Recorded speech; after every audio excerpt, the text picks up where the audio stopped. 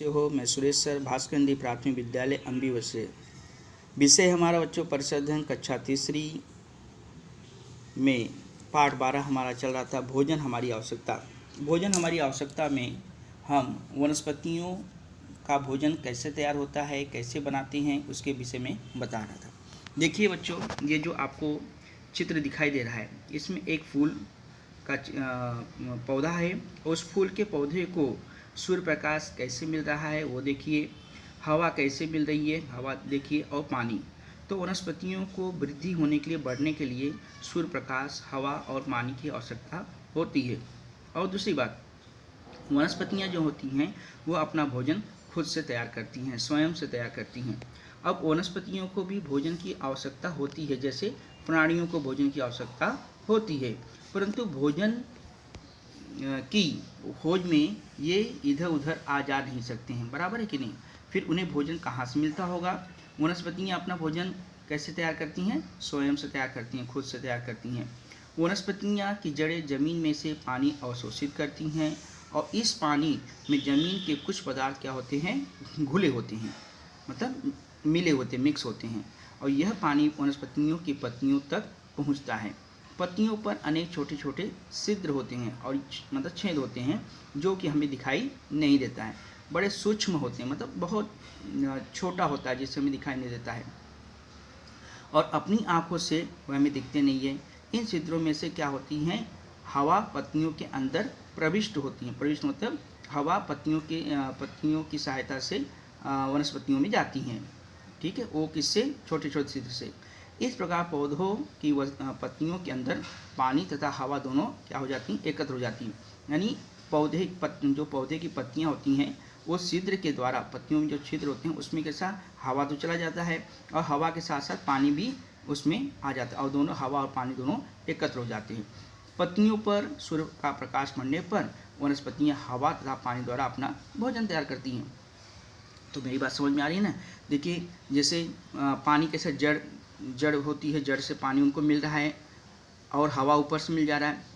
तो ये दोनों कैसे होता है कि पत्तियों की जड़ से क्या होता है, पानी अवशोषित होकर पत्तियों तक तो पहुंचता है, और हवा के छोटे छोटे पत्तियों में छोटे छोटे छिद्र होते हैं, जो हवा उसमें प्रविष्ट हो जाती, चले जाते हैं, और इससे क्या होता है, और ये दोनों चीज़ पत्तियों में मिल गए, और सूर्य प्रकाश के द्वारा उनका भोजन तैयार हो जाता है।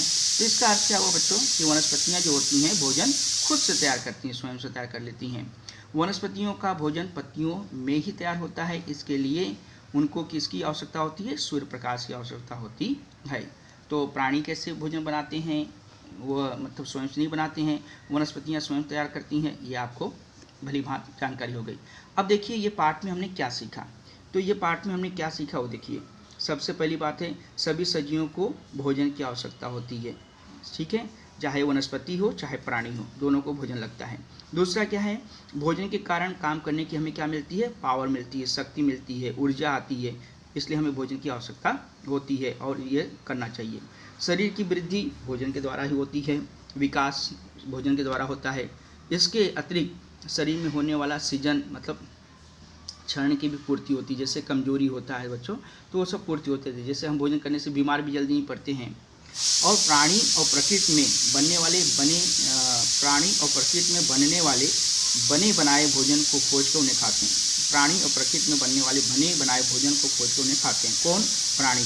देखिए, प्राणी होते हैं, जैसे आपने देखा कोई मांसाहारी प्राणी है, हाँ, चूहा है, बिल्ली है, ये सब, बाघ है, ये लोग कैसा भोजन खुद बनाते हैं क्या, नहीं। ये कैसा होता है, अरे बना हुआ भोजन मतलब खाते हैं, प्राणी और प्रकृति में बनने वाले, जो प्रकृति द्वारा बनता है। लेकिन एक वनस्पतियाँ हैं कि जो स्वयं से भोजन तैयार करती हैं। विभिन्न सजीवों के भोजन अलग अलग होते हैं। कुछ प्राणी कैसे होते हैं, मांस खाते हैं, तो कुछ प्राणी क्या करते हैं, घास की पत्तियाँ भी खाते हैं, और कुछ प्राणी दूसरों के रक्त को चूसते हैं। तो ये कौन कौन से प्राणी हैं वो तो आपको भली भांति मालूम है। मांस कौन खाता है, बराबर, जैसे बाघ है, चीता है, ये सब है, लोमड़ी है। और उसके बाद घास की पत्तियाँ कौन खाता है, बकरी है, ये सारी प्राणी है। और कुछ प्राणी दूसरों का रक्त चूसते हैं, जैसे मच्छर, खटमल, ये सारे हो गए। और तो कुछ प्राणी कीड़े मकोड़े भी खाते हैं। कुछ कीटक वनस्पतियों की पत्तियाँ ही कुतर कर खाते हैं, तो मतलब कूट कर काटती हैं। तो इसका मतलब क्या हुआ कि जो प्राणी है, मतलब सभी सजीवों के भोजन कैसे होते, एक ही नहीं होते, अलग अलग प्रकार के होते हैं, बराबर है। अब वनस्पतियाँ सूर्य प्रकाश की सहायता से अपना भोजन स्वयं तैयार करती है। अब वनस्पतियाँ अपना भोजन कैसे तैयार करती है, मैंने आपको आगे बता दिया है। उनको कैसा होता है कि हवा और पानी के द्वारा पत्तियों में वो प्रवेश कर लेती हैं, और जिससे सूर्य प्रकाश के द्वारा उनका भोजन तैयार हो जाता है। ठीक है, अब यहाँ देखिए, हमने ये सदैव हमें ध्यान रखना है, क्या वनस्पतियों द्वारा तैयार किए गए भोजन पर संपूर्ण सजीव सृष्टि निर्भर करती है। ठीक है बच्चों, अब यहाँ देखिए, अब हम देखेंगे, ये हमारा पाठ पूरा हुआ। अब स्वाध्याय में आएंगे। स्वाध्याय में देखिए, पहले लिखा है कि अब क्या करना चाहिए। पहला है, किसी गमले का पौधा तेजी से नहीं बढ़ रहा है, बराबर है, तो ऐसा दिखाई देने पर उसकी अच्छी वृद्धि के लिए तुम क्या करोगे, हम क्या करेंगे, सूर्य प्रकाश व पानी, मतलब उसको अच्छी वृद्धि होने के लिए, जैसे बताया कि उसको भोजन की आवश्यकता होती है, तो भोजन की आवश्यकता उसे कैसे मिलेगा, हम उसे मतलब उसे हवा भी मिलना चाहिए, पानी भी मिलना चाहिए और सूर्य प्रकाश भी मिलना चाहिए। जब ये तीनों चीज़ मिल जाएगी तो हम सूर्य प्रकाश मतलब सूर्य के सामने रखेंगे और उनको पानी देंगे, और हवा तो मिलता ही है, तो इससे वह अपना वृद्धि होगा, बराबर है। अब थोड़ा सोचिए, क्या इस प्रकरण द्वारा प्राणियों तथा वनस्पतियों के बीच कौन सा अंतर तुम्हारे ध्यान में आता है। इसके पहले कौन सा अंतर तुम जानते थे। पहले आपको ये नहीं मालूम था कि वनस्पतियाँ भोजन भी खुद से बनाती हैं, ये आपको मालूम पड़ा, और ये भी आपको नहीं मालूम था कि वनस्पतियाँ स्वयं से भोजन बनाती है, ये भी नहीं मालूम था, और विभिन्न हर प्राणियों के अलग अलग प्रकार के भोजन होते हैं। ये सब चीज़ें जो आपको मैंने ये प्रकरण में बताया, वो प्राणियों वनस्पतियों में अंतर आपको भोजन में समझ में आ रहा है। ठीक है, क्या क्या उनमें अंतर है। उसके बाद नीचे प्राणियों के नामों की एक सूची दी गई है। मांस खाने वाले और मांस न खाने वाले प्राणियों के नाम अलग अलग लिखना है, जैसे सिंह, हाथी, गधा, भेड़िया, हिरन, शार्क, मछली। अब बच्चों, सिंह क्या होता है, मांस खाता है। हाथी क्या होता है, मांस नहीं खाता है। गधा वो भी नहीं खाता है। भेड़िया मांस खाता है। हिरन नहीं खाता है। शार्क और मछली खाते हैं। तो इसमें जो मैंने यहाँ पे निशान लगाया है वो नहीं खाते हैं मांस, और जो नहीं निशान लगा हुआ है सही का, वो खाते हैं, बराबर। अब बाघ मांस खाता है और गिद्ध भी मांस खाता है, परंतु दोनों के मांस खाने की क्रिया में अंतर है। वह अंतर क्या है, जैसे बाघ है, बाघ के साथ बच्चों एकदम ताज़ा मांस खाता है, ठीक है, शिकार करके मांस खाता है, तो उसमें। और जो ये होते हैं, दूसरा क्या बना है, गिद्ध। गिद्ध क्या होते हैं कि जो अगर मतलब प्राणी मर गए है या है तो उसको मतलब वो खा लेता है, समझिए, वो बासी ग्रहण कर लेता है। तो यही बाघ और गिद्ध के मांस खाने में अंतर है।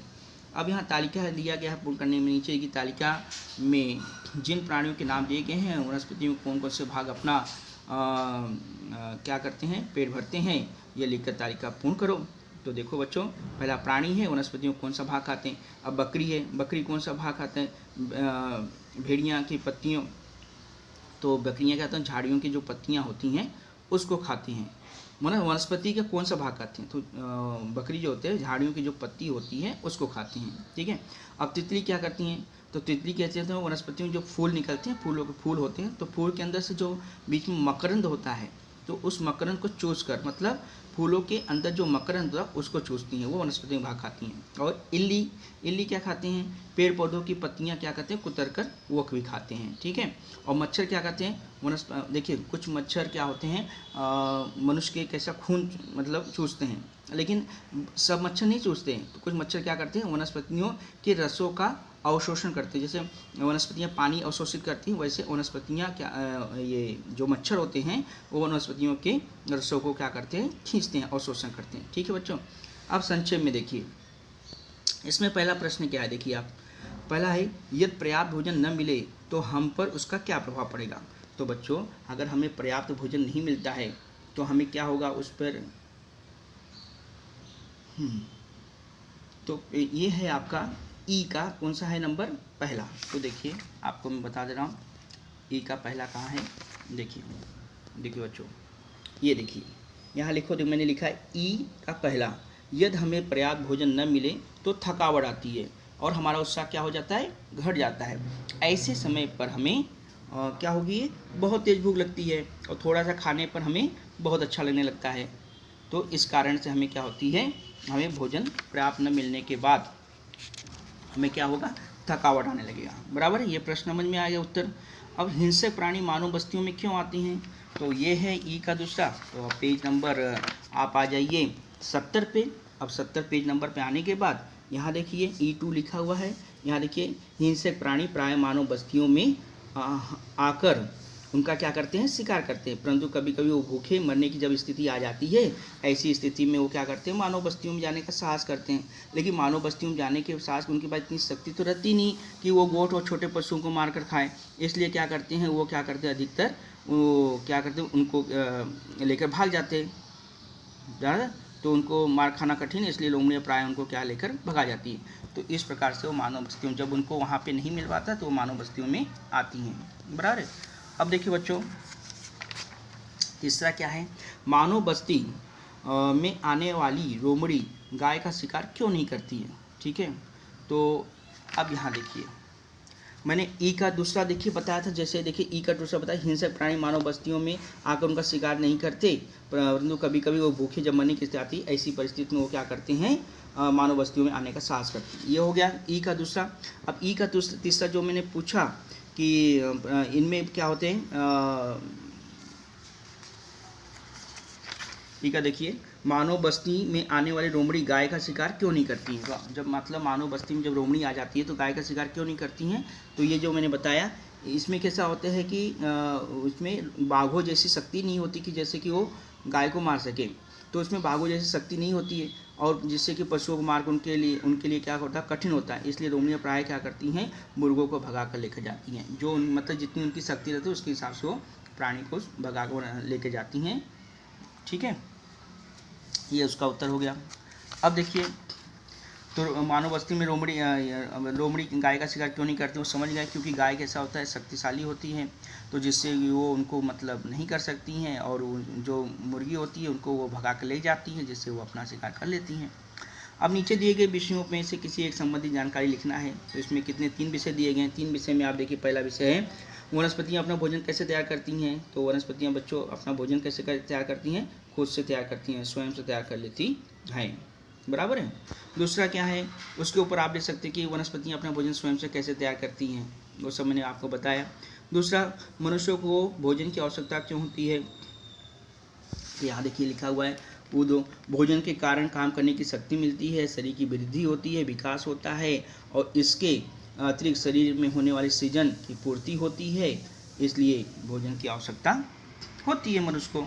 अब पालतू प्राणी का भोजन क्या है। अब पालतू प्राणी जैसे देखिए, पालतू प्राणी क्या होते हैं, जैसे आपने देखा है कि पालतू प्राणी में आप क्या रखते हैं, कुत्ता रखते हैं, बिल्ली रहते हैं, हाँ, और ये अपना मुर्गी वगैरह पाला जाता है, हाँ, बकरी पाली जाती है, तो ये सब पालतू प्राणी में कहलाएंगे। तो जैसे उन लोग क्या खाएंगे, दूध है, घास है, मांस है, रोटी, अनाज इत्यादि आपको ज्ञात हैं। और ये सब चीज़ें आप आपस में अपने मित्रों के साथ में भी बातचीत कर लेना। तो बच्चों देखो, ये भोजन हमारी आवश्यकता, ये पाठ जो है, पाठ 12, ये मैंने आपको पहले ही बताया था, और आज इसका प्रश्न उत्तर के विषय में भी हमारी चर्चा हुई, और थोड़ा सा इसका भाग जो वनस्पतियों भोजन था उसके बारे में बताया। मुझे आशा है कि आप बिल्कुल बहुत अच्छी तरह समझ गए होंगे, और तब तक के लिए धन्यवाद बच्चों। और फिर अगला पाठ हम अगली बार में पढ़ेंगे, जिस पाठ का नाम रहेगा हमारा आहार। ओके बच्चों, थैंक यू, धन्यवाद बच्चों।